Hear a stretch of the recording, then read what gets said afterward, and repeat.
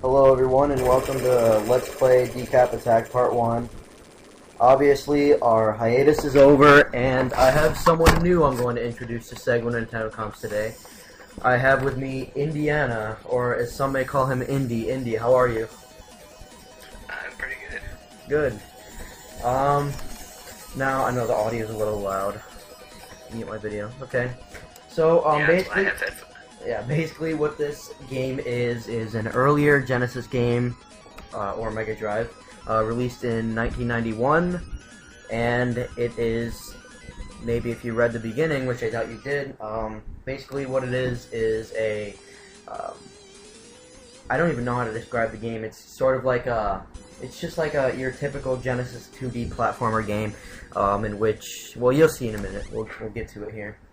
Okay, so as you notice, an obvious pun, Abdomen Land, and he's trying to get his abdomen, so by the end of the game, he shall have rebuilt his body successfully, and Sega refuses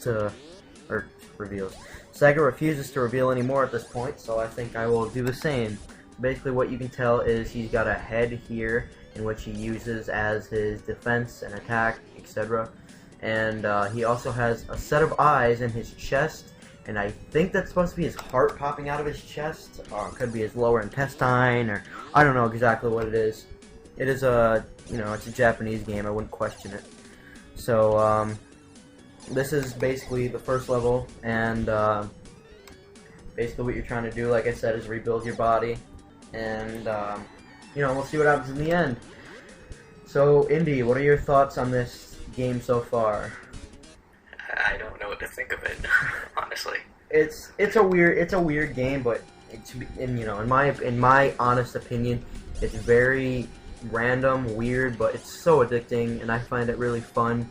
I did grow up with it, so I'm kind of biased towards it, but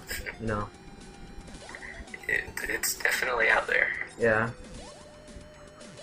It's like a combination. It reminds me of Super Mario Bros. 3, when, how he can, like, flutter with his legs, or whatever. Oh yeah, like the Tanuki suit. Yeah. But, yeah. So, now we are approaching the top of the level, which is, you guessed it, going to be the end of the level as soon as we get to the top.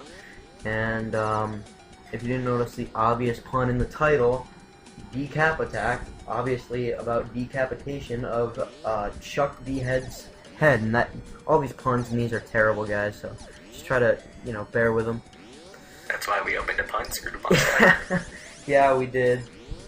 But all these puns are just terrible. But they're terribly brilliant. I don't know if brilliant would be the right word there. It would be. It definitely would be. This game is like so 1990s, guys. Like, honestly, not just the puns, but it's just like the speech, like in some of the cuts. Well, there's only like one cutscene in this game, okay? But just that one cutscene just proves it's a 90s game because the way they speak. So is it like all muffled and all that kind of stuff where it's barely audible? No, it's not. It's not even. There's no dialogue. There's text. Yeah. Where is this cutscene? Like towards the end of the game, yeah. The very end of the game, actually. And right there is the most important item. You must find one in every world in order to continue after you defeat the boss. You cannot leave the round without finding the most important item. I learned that the hard way a couple times, and as a kid, never, honestly, I don't think I ever made it past this level because I can never find the motherfucking thing. But, you know where it is now. It kind of just stops and that music plays, so.